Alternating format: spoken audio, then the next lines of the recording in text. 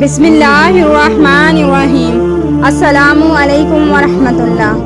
हज़रत अबू हुरैरा रज़ी अल्लाह तआला अन्हु से रवायत है कि हज़रत सल्लल्लाहु अलैहि वसल्लम ने फरमाया, बनी इसराइल में एक आबिद जिसका नाम जुरैज था, इसने इबादत के लिए एक मोहब्बत खाना तमीर किया हुआ था। एक दिन वो नमाज पढ़ रहा था कि इसकी वालिदा ने आकर इसको आवाज़ दी, ऐ जुरैज, मुझसे कलाम करो। मगर जुरैज नमाज पढ़ता रहा और दिल ही दिल में सोचा कि ऐ अल्लाह, एक तरफ मेरी नमाज है और दूसरी तरफ मेरी माँ है, अब क्या करूँ? नमाज पढ़ता रहूँ या वालिदा की सुनूँ?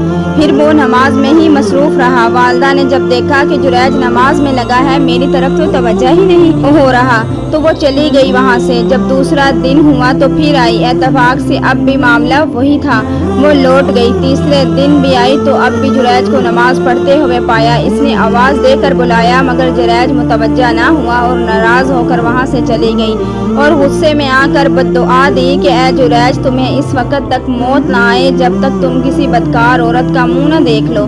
इसकी दुआ कबूल हो गई। इसकी तामील यूँ हुई कि एक दिन जुरैज इबादत खाने में मसरूफ़ था कि इनकी कौम में से एक बुरी औरत इसके पास आई और अपने साथ बदकारी करवाने का जुरैज से कहने लगी, मगर उसने साफ इनकार कर दिया और वो चली गई और एक चरवाहे से जाकर अपनी ख्वाहिश की तकमील करवा ली, जिससे वो हामला हो गई। तो फिर जब इसने बच्चा जना तो कौम ने पूछा, ये किसका है? इसने जुरैज का नाम लगा दिया। लोगों ने गुस्से में आकर इस आबद को बहुत मारा और इसका इबादत खाना भी गिरा दिया। जुरैज ने पूछा, भाइयों, क्या बात है, तुम मुझे क्यों मार रहे हो? उन्होंने कहा कि तुमने इस औरत के साथ बदफेली की है और इसने बच्चा पैदा किया है।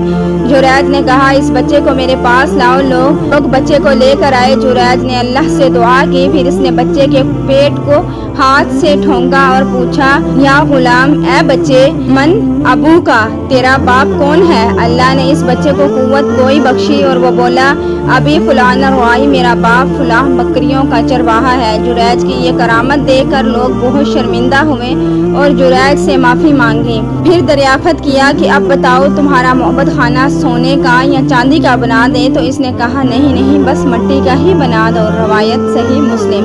इस वाक़ये से हमें ये सबक मिलता है कि वालिदैन के साथ हस्ने सलूक करना चाहिए और इनकी बद्दुआ से हमेशा बचना चाहिए। ये भी याद रहे कि अगर वालिदैन अल्लाह और उसके रसूल सल्लल्लाहु अलैहि वसल्लम की नाफरमानी का कहें तो फिर इनकी नाफरमानी जायज़ है। उम्मीद करते हैं आपको ये खूबसूरत सा शॉर्ट वाक़या ज़रूर पसंद आया होगा।